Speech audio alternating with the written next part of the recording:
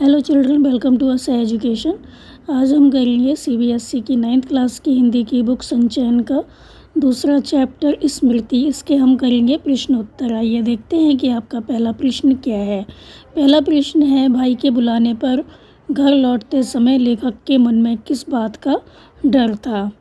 तो आंसर होगा, जो लेखक था वो अपने साथियों के साथ झरबेरी के बेर तोड़ रहा था।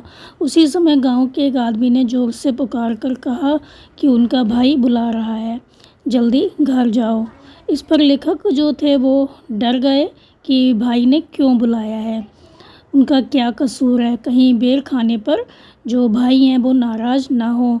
तो उनको लग रहा था कि अब भाई जो है वो उनको मारेंगे, उनकी मार पड़ेगी। इसी पिटने के भय से वह सहमे सहमे घर पहुंचते हैं। तो भाई के बुलाने पर घर लौटते समय लेखक के मन में पिटने का डर था। तो अगला प्रश्न है कि मक्खनपुर पढ़ने जाने वाली बच्चों की टोली रास्ते में पड़ने वाले कुएं में ढेला क्यों फेंकती थी? तो आंसर होगा कि जो बच्चे होते हैं वो स्वभाव से ही नटखट होते हैं। तो मक्खनपुर पढ़ने जाने के रास्ते में एक सूखा कुआं था और उसमें एक सांप गिर गया था। तो अपने नटखट स्वभाव के कारण सांप को तंग करने और उसकी जो फुफकार थी उसको सुनने के लिए जो बच्चे थे वो कुएं में ढेला फेंका करते थे। उसकी आवाज़ सुनने के बाद अपनी आवाज़ की प्रतिध्वनि सुनने की इच्छा भी उनके मन में रहती थी। तो कुएं में क्या होता है, जब हम नीचे मुंह करके बोलते हैं तो हमारी आवाज़ भी सुनाई देती है, अपनी जो प्रतिध्वनि है वो भी सुनाई देती है। तो बच्चों को ये लगता था कि क्या करेंगे, वो जब बोलेंगे तो उनकी आवाज़ सुनाई देगी। तो वो जो कुआं था उसमें नीचे मुंह करके तेज़ तेज़ चिल्लाते थे, तो उनकी आवाज़ भी सुनाई देती थी। तो उनको बहुत मज़ा आता था, बहुत अच्छा लगता था। इसी वजह से जो बच्चे थे वो क्या करते थे, कुएं में ढेला फेंकते थे सांप को तंग करने के लिए, और अपनी जो प्रतिध्वनि थी उसको सुनने की इच्छा भी उनके मन में रहती थी। आपका अगला प्रश्न है कि सांप ने फुसकार मारी या नहीं, ढेला उसे लगा या नहीं, यह बात अब तक स्मरण नहीं। यह कथन लेखक की किस मनोदशा को स्पष्ट करता है? ये कथन जो है वो लेखक की बदहवास मनोदशा को स्पष्ट करता है कि वो कितने अधिक घबरा गए थे। जैसे ही लेखक ने टोपी उतारकर कुएं में ढेला फेंका तो उसकी जो ज़रूरी चिट्ठियाँ थी वो क्या हुआ, कुएं में जा गिरी। उनके कुएं में गिरते ही जो लेखक थे भौचक्के रह गए, उनका ध्यान चिट्ठियों को बचाने में लग गया। तो वो ये देखना भूल गए कि सांप को ढेला लगा या नहीं और वह फुसकारा या नहीं। अगला प्रश्न है कि किन कारणों से लेखक ने चिट्ठियों को कुएं से निकालने का निर्णय लिया? तो आंसर होगा, चिट्ठियां लेखक के बड़े भाई ने डाकखाने में डालने के लिए दी थीं। तो लेखक अपने बड़े भाई से बहुत डरते थे। कुएं में चिट्ठियां गिरने से उन्हें अपनी पिटाई का डर था और वह झूठ भी नहीं बोल सकते थे, इसलिए भी कि उसे अपने डंडे पर पूरा भरोसा था। तो इन्हीं सब कारणों से लेखक ने कुएं से चिट्ठियां निकालने का निर्णय लिया। अगला प्रश्न है कि सांप का ध्यान बटाने के लिए लेखक ने क्या क्या युक्तियां अपनाई? तो आंसर होगा कि सांप का ध्यान बटाने के लिए लेखक ने कई युक्तियां अपनाई।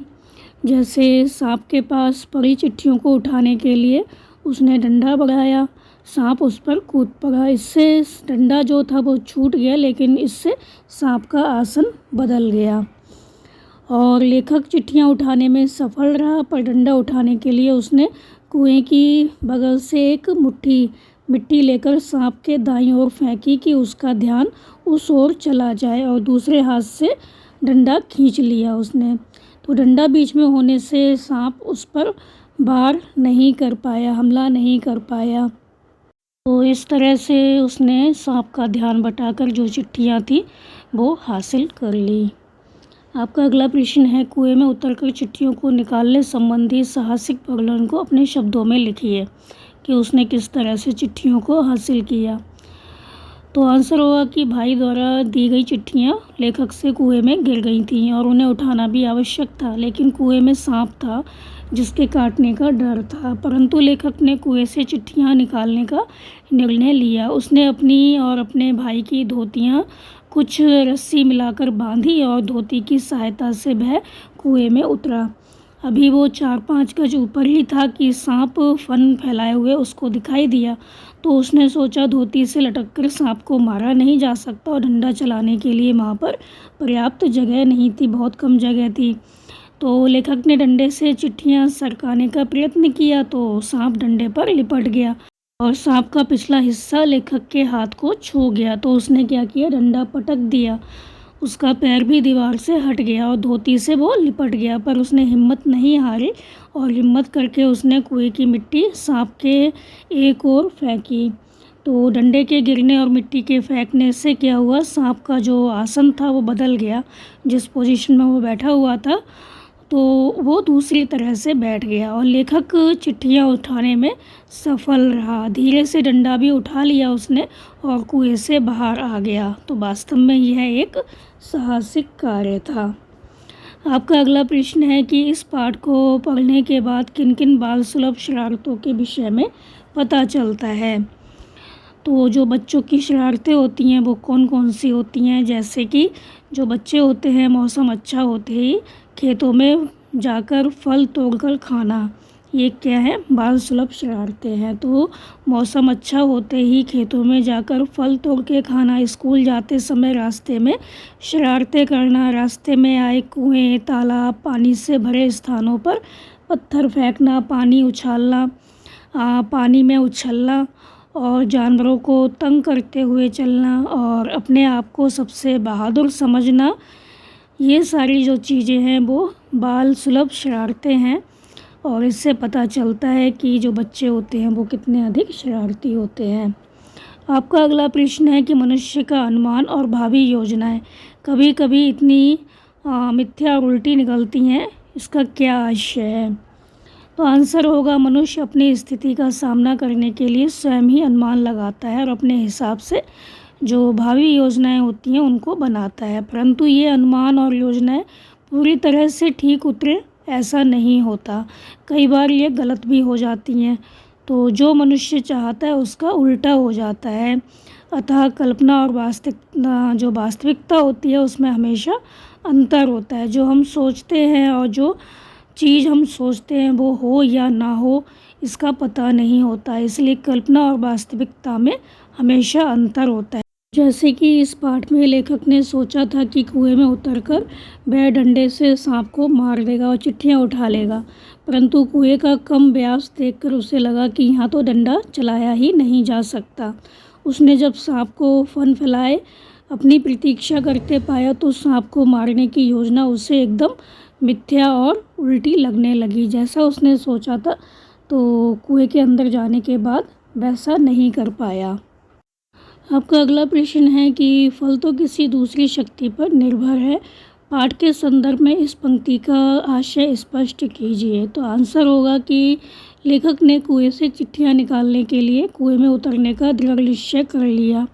तो इस दृढ़ निश्चय के सामने फल की चिंता जो थी वो समाप्त हो गई। उसने बस ये सोच लिया कि वो नीचे जाएगा, चिट्ठियाँ उठा के लाएगा।